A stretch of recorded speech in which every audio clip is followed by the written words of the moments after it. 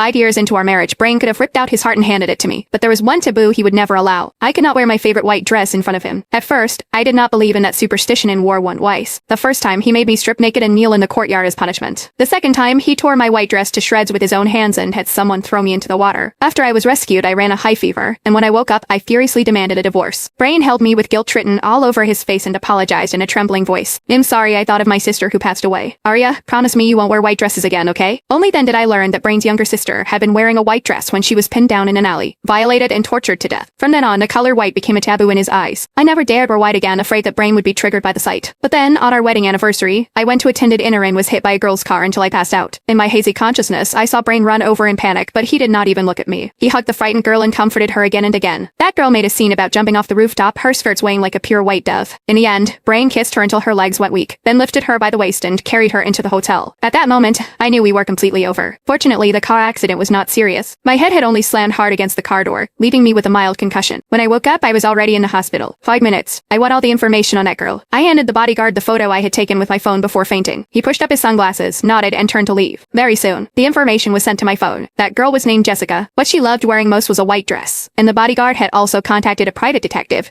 who took over 100 intimate photos of her and Brain. According to the investigation, Mr. Wilson and this girl met at a university. Half a year ago, Mr. Wilson went to the university for a charity event, exchanged contact information with this girl named Jessica, and afterward, Mr. Wilson bought her a single apartment near the school. That is also where they often meet for dates. The bodyguard lifted his eyes and glanced at me, and their fixed date time is every Saturday. I silently looked at the photos one by one. A bitter smile appeared on my face. No wonder ever since half a year ago, Brain, who had never taken the initiative to work overtime, had stopped coming home on Saturdays. His explanation was that the company had launched a new project. It required short business trips, and every time that night came, he never replied to any of my messages. So it turned out he had another home outside. When Brain came back, his eyes were full of exhaustion, but he smiled and handed me a gift box. Arya, something urgent came up at the company last night and delayed me, so I didn't make it to that restaurant. You must have waited a long time, right? This is the gift I brought you. I should have given it to you yesterday. Brain opened it on his own to show me, but he did not notice my expression. It's fine. I didn't go to that restaurant either, because on the way there I got into a car accident. And the person who caused the accident was his little girl, Jessica. When the accident happened, that little girl called him in panic, and Brain only focused on comforting her, never once looking up. If he had looked just once, he would have known. The person she hit was the wife he had been about to meet. When Brain heard that I also had not gone to that restaurant, he let out a sigh of relief. Good thing you didn't go, and you didn't wait there for nothing. How about this? I have time the day after tomorrow so we can celebrate our wedding anniversary again. Before he could finish speaking, the words got stuck in his throat, and his face turned deathly pale the next second. I placed that stack of intimate photos in front of him. Brain, explain this. What exactly is going on with this girl? Brain's expression stiffened. He stared hard at the photos for a long time, and when he reacted,